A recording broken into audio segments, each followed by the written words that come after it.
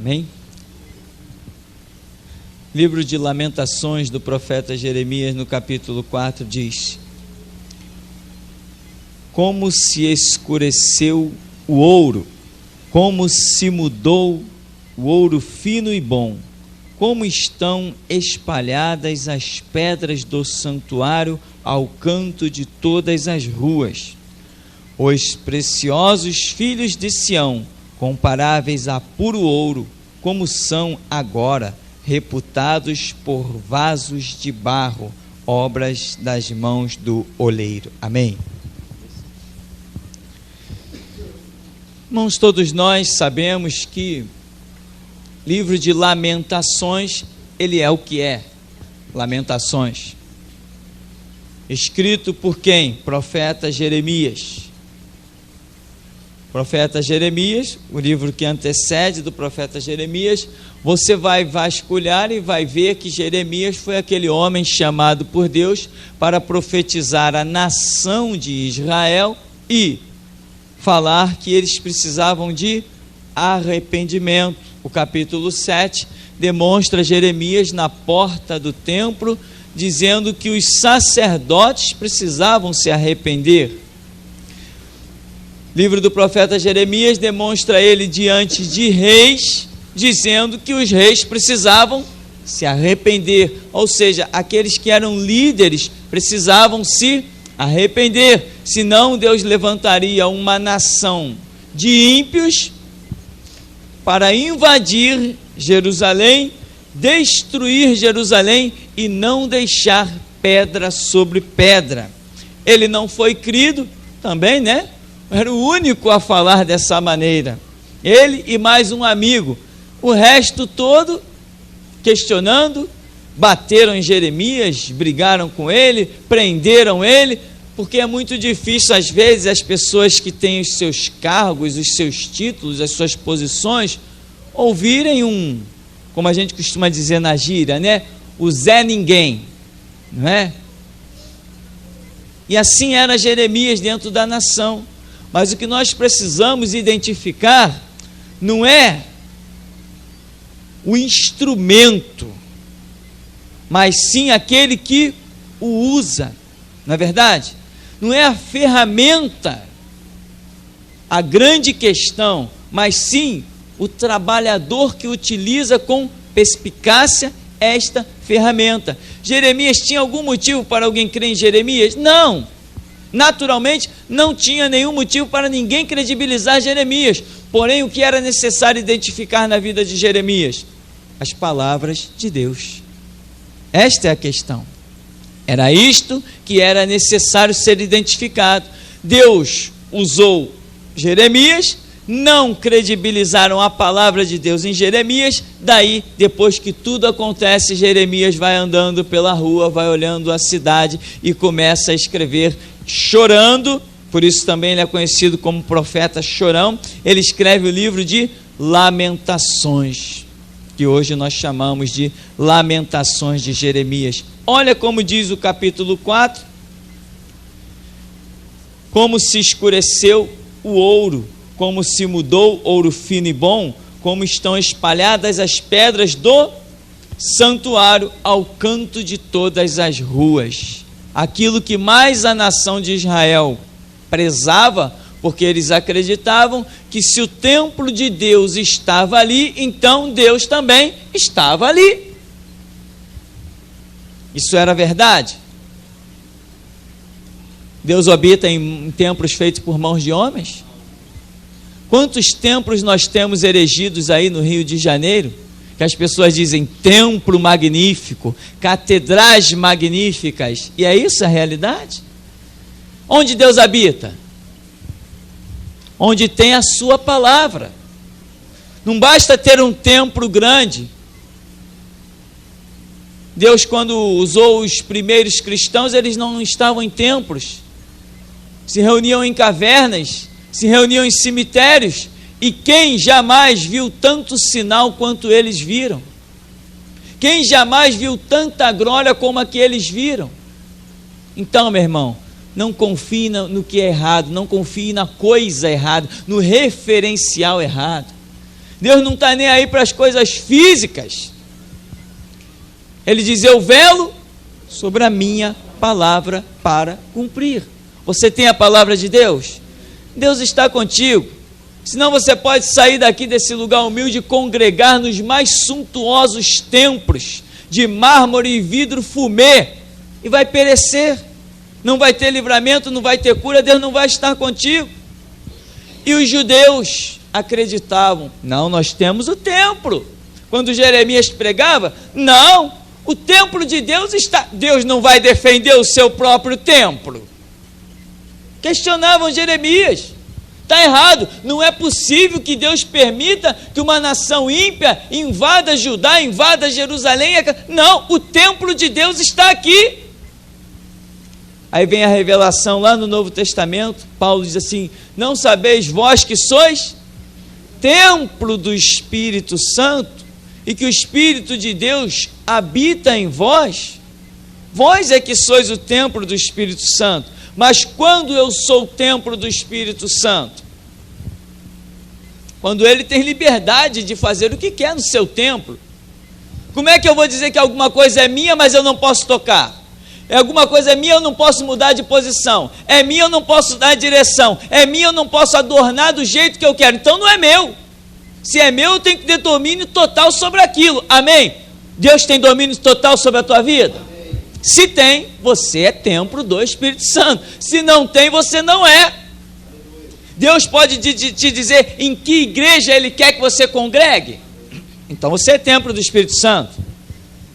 Deus pode determinar para onde você vai se dirigir, o que você vai fazer. Então você é templo do Espírito Santo. Se Ele não tem domínio, se você não é um escravo de Deus, Ele não é o teu Deus. Os judeus achavam que o templo estava lá, então Deus não iria de forma alguma deixar que o inimigo destruísse aquele templo. Que ridículo! Essa visão está até hoje no meio da nossa sociedade. As pessoas estão olhando para o físico e vendo Deus.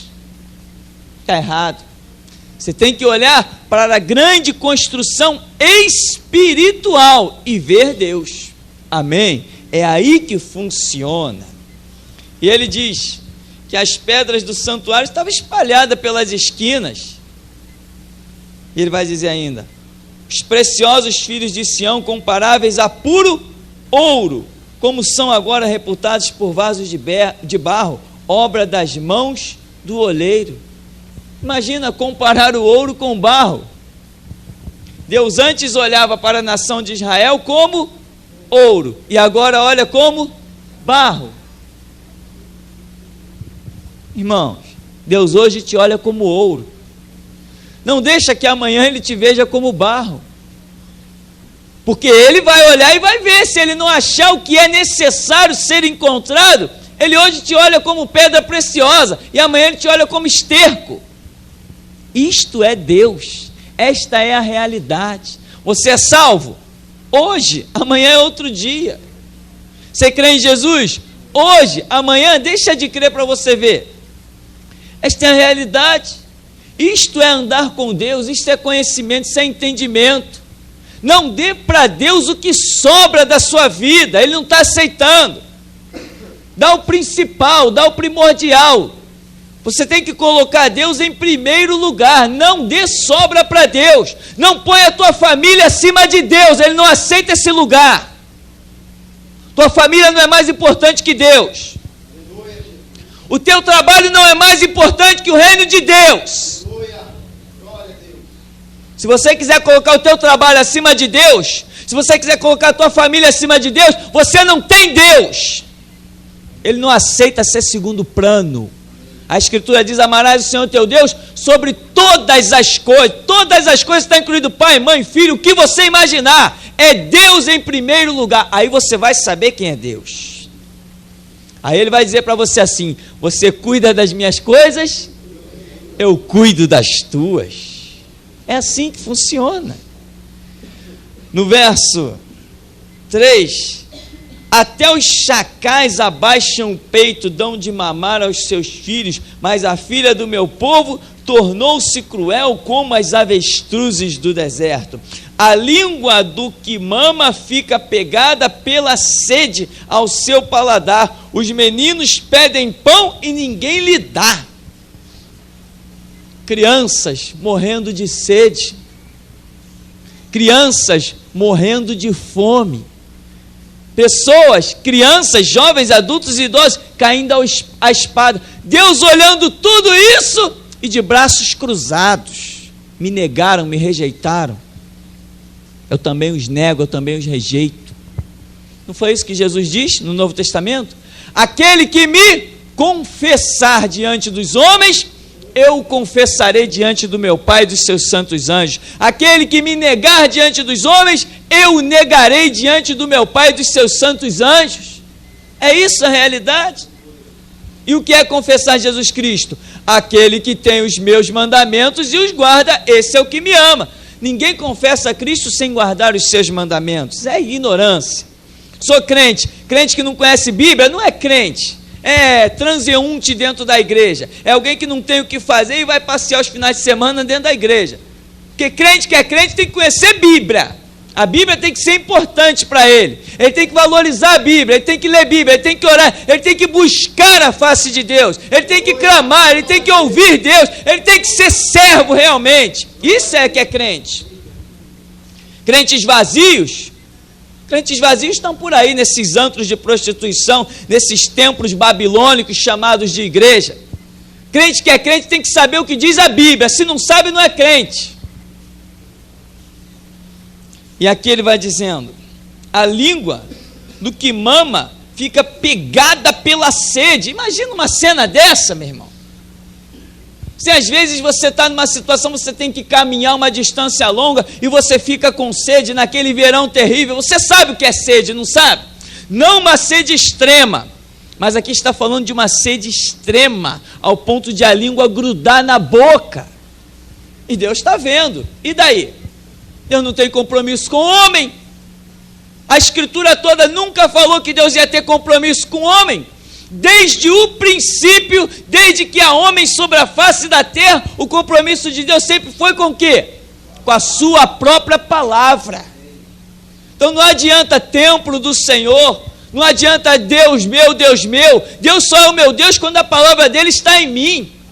Quando eu aposto, como diz a Escritura, vencer pelo sangue do Cordeiro, pela palavra do testemunho e não amar a própria vida até a morte. Eu vou saber que Deus me livra quando a palavra dele estiver em mim, que ele me cura quando a palavra dele estiver em mim. Sem Bíblia não há Deus. Você não acha? E ele vai dizer, descreve essa cena aí. Jeremias está vendo tudo isso.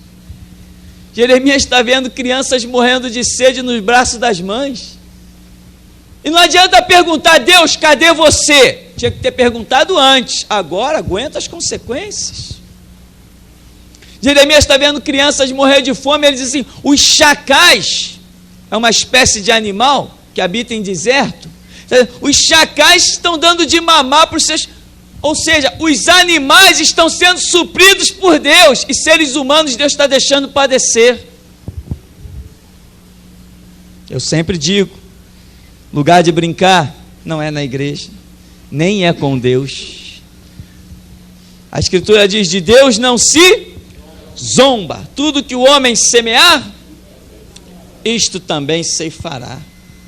Ele diz assim, os que comiam iguarias delicadas desfalecem nas ruas, os que se criaram em carmesim abraçam o esterco. Quer dizer, aqueles que estavam acostumados com luxo, estavam acostumados com uma vida muito boa, uma vida tranquila, cômoda, agora estão numa situação terrível. Tem versos mais aqui pela frente, meu irmão, eu não sei se você vai aguentar, mas é bom, está aqui, é para a gente, para nós entendermos que se hoje eu digo, Senhor meu Deus, e Ele diz, eis-me aqui, se eu vacilar na palavra dEle, eu vou dizer, Senhor meu Deus, Ele vai dizer assim, não vos conheço. Nós temos que aprender a ser crentes fortes e viver esta realidade. Deus só é o meu Deus quando eu realmente me enquadro como servo. E é isso que eu preciso aprender a ser: servo. Ele dá uma ordem, eu tenho que obedecer. Ele dá um esclarecimento, eu tenho que comprar o preço da verdade. No verso 6, porque maior é a maldade da filha do meu povo do que o pecado de Sodoma, a qual se subverteu como em um momento, sem que trabalhassem nela mãos alguma. Que coisa terrível! Jerusalém, a glória de Deus, Deus está dizendo que o pecado dela agora se tornou maior do que o de Sodoma. Ora, então o que restava? Se em Sodoma e Gomorra caiu fogo do céu para consumir a cidade por inteira e ninguém escapou, o que restava a Deus agora, se ele está considerando o pecado de Jerusalém pior do que o de Sodoma? O que restava fazer? Está aí, crianças morrendo, largadas no meio da rua, pessoas sem ter o que comer, sem ter o que beber, tudo destruído. Os exércitos inimigos foram lá e jogaram pedras nas fontes das águas, taparam os poços, acabaram com os recursos daquela terra, tacaram fogo nas colheitas. E agora, o que resta? Aqueles que tinham a promessa: quando o inimigo vier por ti por um caminho, fugirá por 7, né? Aqueles que tinham a promessa: bendito serás no campo, bendito serás na cidade, bendito o fruto do teu ventre, bendito o fruto da tua amassadeira, bendito toda a obra das tuas mãos, tu emprestarás a muitos e de ninguém tomarás emprestado. Agora estão lá, pior do que os chacais. Tinham carmesim, agora abraçam esterco. Quem é o nosso Deus? É um Deus que a Bíblia diz: não sabeis que o vosso Deus é um fogo consumidor. Ele é amor? Claro que ele é amor. Se ele não fosse amor, ele não revelaria o estatuto dele, ele não revelaria a regra de vitória. E quantas pessoas estão perecendo dentro e fora da igreja porque não sabem quem é Deus? Mesmo dentro da igreja, de Bíblia na mão, nós vemos que as pessoas não sabem quem é Deus. Aliás, de Bíblia na mão, nós estamos hoje vivendo o tempo dos inventores de mentiras. Como tem gente com título de pastor, apóstolo, bispo, pilantras atrás do púlpito, meu irmão, como tem inventores de mentira, sendo destruídos e destruindo a vida de milhões por aí afora. Aqui ele diz assim: os seus nazireus eram mais alvos do que a neve, eram mais brancos do que o leite, eram mais roxos de corpo do que os rubis, mais polidos do que a safira. Nazireus eram aqueles consagrados ao serviço de Deus, quer dizer, eram uma maravilha. E agora, em que se transformaram? Mas agora escureceu-se o seu parecer, mais do que o negrume, não se conhecem nas ruas, a sua pele se lhes pegou aos ossos, secou-se, tornou-se como um pedaço de pau. O que está acontecendo com esse povo? Estão morrendo de fome, a pele pegou nos ossos, secou. De quem estamos falando? Deus usa a referência, os nazireus, aqueles que foram separados para o meu serviço. Irmão, deixa eu perguntar uma coisa: você entrou por essas portas e você sabe por quê? Você foi separado para um serviço, amém? Deus tem um projeto contigo maravilhoso, mas tanto quanto maior é a promessa de Deus na sua vida, tanto mais Ele vai te julgar duramente, porque a Bíblia diz: a quem muito lhe é dado, muito será cobrado. Por isso a nação de Israel quase foi dizimada na Segunda Guerra, e tantos episódios hoje assolam a nação de Israel. Por quê? Porque muito lhes foi dado e muito é cobrado. Você vê que uma promessa muito grande foi feita a Abraão.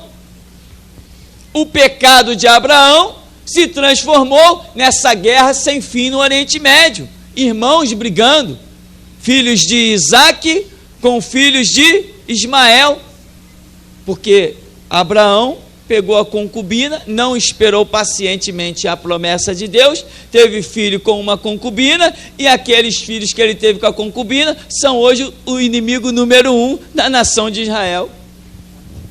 Porque a promessa era muito grande? Era. O que Deus falou para Abraão? Em ti serão benditas o quê? Todas as famílias da terra. Que promessa tremenda! Promessa de abranger o mundo. Era uma promessa muito grande. Como consequência do tamanho da promessa, a consequência do pecado também está sendo arrasadora até hoje. E o anjo disse para Daniel, né? Essa guerra não tem fim.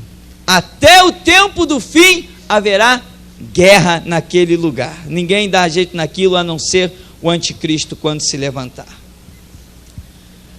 Ele diz no 9: os mortos à espada mais felizes são do que os mortos à fome, porque estes se esgotam como traspassados por falta dos frutos dos campos. Quer dizer, Jeremias está dizendo assim: felizes aqueles que já morreram à espada, mais ditosos, mais felizes. Foi melhor ter morrido à espada do que ter ficado vivo. Mas deixa eu te dizer uma coisa: Jeremias contemplou tudo isso, mas ele não passou por tudo isso, porque no meio de toda aquela geração profanada e corrompida, ele permaneceu fiel. A mão de Deus veio sobre ele. O inimigo que veio destruir a cidade não acabou com Jeremias, o libertou do cativeiro que o tinham posto, da prisão que o tinham posto, e o transportou para passar o resto dos seus tempos comendo, bebendo e dormindo em paz. Mas aqueles que não aceitaram a palavra de Deus dita por Jeremias, esses caíram à espada, esses morreram de fome, esses viram os filhos morrerem nos seus braços. Agora olha o verso 10. As mãos das mulheres piedosas cozeram seus próprios filhos, serviram-lhes de alimento na destruição da filha do meu povo. Isso aqui não é historinha não, irmão. Por isso que eu digo, irmãos, leve Deus a sério. Clama, busca a face desse Deus. Tem um episódio que um rei de Israel vai passando a cavalo num lugar, e uma mulher diz assim: rei, meu senhor, me socorre. E o rei diz assim: o que é? Essa mulher fez um acordo comigo, que nós pegaríamos os nossos filhos, cozinharíamos para comer, para matar a nossa fome. Peguei o meu, cozi, comemos, agora ela não quer dar o dela. O rei rasgou as suas vestes e disse: o que eu posso fazer? De quem estamos falando? Estamos falando dos assírios, que eram ímpios, que adoravam outros deuses, é isso? Estamos falando dos filisteus, que adoravam Dagon, que eram pagãos. Estamos falando daqueles que adoravam Moloque. Estamos falando... Não. Estamos falando daqueles que adoravam o Deus vivo e verdadeiro. Aqueles que tinham os estatutos e conheciam a palavra, porque muito é dado e muito é cobrado. É desses que nós estamos falando. Não estamos falando de um povo estranho que fazia os seus horrores dia após dia. Estamos falando de um povo que foi chamado de nação santa, sacerdócio real, povo de propriedade exclusiva de Deus. São desses que estamos falando. A que ponto chegaram? Cozinhar o próprio filho para matar a fome. Imagina o desespero que essas pessoas estavam. Nem a razão deles já não funcionava mais. A fome já era tanta que eles nem sabiam mais o que estavam fazendo. Porque o mínimo de juízo que um ser humano tenha não faria isso. Isso significa que a aflição e a fome que envolveu esta nação de Israel chegou a tal ponto que eles perderam a razão. O que eles faziam já não tinha mais lógica. Cozinhar o próprio filho e comer? E diz no verso 11: deu o Senhor cumprimento ao seu furor, derramou o ardor da sua ira e acendeu fogo em Sião, que consumiu os seus fundamentos. E diz: não creram os reis da terra, nem todos os moradores do mundo, que entrasse o adversário e o inimigo pelas portas de Jerusalém. Irmão, você sabe quem é Jerusalém? É você, somos nós. Tudo aquilo no Antigo Testamento que era referencial da habitação, da manifestação de Deus, hoje é a igreja. A igreja não é parede, a igreja é cada um de nós individualmente. Você é Jerusalém. Há uma promessa de Deus para a sua vida. 1000 vão cair ao seu lado, 10.000 à sua direita, e tu não serás atingido. Há outra promessa que diz: as portas do inferno não prevalecerão contra a minha igreja. Você é intocável, você é intacto, o câncer não vai chegar até você, a moléstia não vai chegar até você, o acidente não vai acabar contigo, a virose não vai te destruir, você é imbatível, você vai ficar de pé, glorificando a Deus no meio de uma geração profanada e corrompida. Você será o referencial de Deus, você é o sacerdócio de Deus, comprado com sangue. Deus está na tua vida poderosamente. Isso é questão, é fim de papo, encerrou a questão. Agora, larga a palavra de Deus e é tudo contrário. Para de clamar que você vai ver quem é teu Deus no lado da ira. Para de falar com Deus, para de crescer, para de conhecer, que você vai ver como você fica para trás, e Deus nem olha para trás para saber onde você parou, porque os que ficam para trás, Deus não tem conta com eles, Deus não tem nada com eles. Vê que quando Jesus Cristo se manifesta lá em Apocalipse, ele diz o quê? Ao que vencer. Você tem que vencer, você tem que clamar, você tem que buscar, você tem que vencer. Não caia no comodismo. A nação de Israel insistiu em cair no comodismo. Todas as vezes que Deus restaurou a nação de Israel, eles insistiram em cair no comodismo. E quando Jesus Cristo, o verbo de Deus, se manifesta no meio deles, eles insistiram em permanecer no comodismo. Quer ver? Vem João Batista. Não presumais, dizendo: temos por pai. Adiantou? Não. Vem Jesus e eles dizem o que na cara de Jesus? Nós temos por pai Abraão. João Batista já tinha dito para eles não dizerem isso, não deram ouvidos. Vem Jesus e diz assim: vocês têm por pai Abraão? Vocês têm por pai o diabo. Olha a diferença. Por quê? Caíram num comodismo, pararam de orar, pararam de clamar, pararam de estudar, pararam de buscar. Quer a prova? Pararam de valorizar uma alma, pararam de valorizar a obra de Deus. Quer a prova? Jesus Cristo chegou a uma mulher que estava curvada há quanto tempo? 18 anos. E qual era o caso daquela mulher? Possessão demoníaca. Está claro, o texto é claro em dizer que aquela mulher era possessa pelo diabo. Jesus Cristo tocou naquela mulher e a libertou do diabo, ela se endireitou. O que a nação fez? Tu está em pecado, Jesus. Tu não pode curar no sábado. Ora, vê como a visão mudou-se.